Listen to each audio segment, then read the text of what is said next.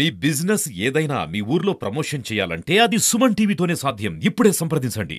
Janasena party రాష్ట్ర అధికార ప్రతినిధి రాయపాటి అరుణ గారికి అనుకోకుండా చిన్న యాక్సిడెంట్ అనేది జరిగింది. అది ఎలా జరిగింది, మేడం గారికి ఎలా ఉంది అనేది మనం పూర్తి వివరాలు వాళ్ళ యొక్క కార్యకర్తల్ని అలాగే లీడర్ని అడిగి తెలుసుకుందాం. ఇప్పుడు వచ్చేసి మనతోటి టౌన్ ప్రెసిడెంట్ నడగా రమేష్ గారు మనతో ఉన్నారు. వారిని అసలు సంఘటన అనేది ఎలా జరిగింది.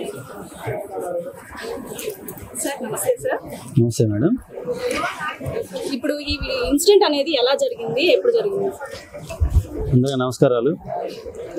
నిన్ననగా మన జనసేన పార్టీ రాష్ట్ర అధికార ప్రతినిధి గౌరవనీయులు రాయపాటి అన్న గారు తెనాలిలోని మన నాదెండ్ల మనోహర్ గారికి మద్దతుగా అక్కడ తిరిగి ప్రచారం చేసి వస్తున్న తరుణంలో రాత్రి మేదనమెట్ల దగ్గర కోర్సిపాడు గ్రామం దగ్గర దాదాపు 1 గంట ప్రాంతంలో కారు టైర్ పగిలి యాక్సిడెంట్ అవ్వడం జరిగింది.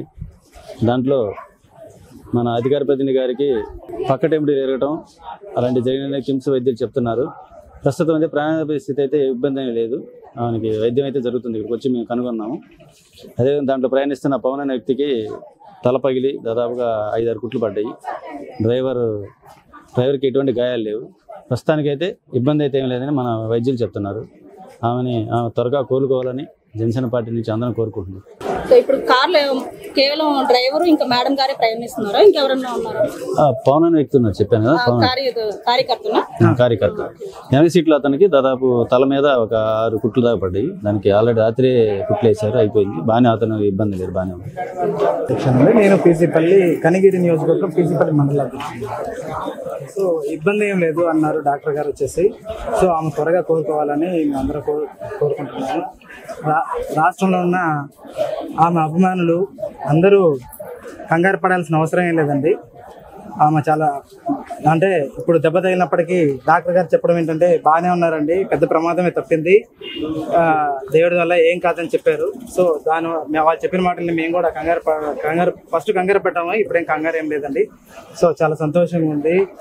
ఆమెకి ఆ ప్రమాదం తప్పినందుకు ఆమె తొందరగా కోలుకోవాలండి అందరి తరపున దేవుని ప్రార్థిస్తున్నాను. ముగించుకొని మేడం గారు బయలుదేరుతున్నారా, మధ్యలో ప్రమాదం జరిగింది. అది మాకు తెలిసిన వెంటనే హుటాహుటిన పొద్దున్నే బయలుదేరి మేము మాది పామూరు నుంచి బయలుదేరి వచ్చి మేడం గారిని చూడడానికి వచ్చాము. ఇక్కడికి వచ్చిన తర్వాత మేడం గారికి ప్రాణ పరిస్థితి ఏం లేదని తెలిసింది. పక్కటెముకలు విరిగి కొంచెం 2 నెలలు బెడ్ రెస్ట్ ఉంటుందని చెప్పారు. పక్కనే ఉన్న పవన్ అనే అబ్బాయికి కూడా కొంచెం తల భాగంలో బాగా గాయాలయ్యి 8 కుట్లు దాకా పడ్డాయి. కొంచెం త్వరగా మేడం గారు కోలుకోవాలని జనసేన పార్టీ తరఫున, మా మండలం తరఫున, కనిగిరి తరఫున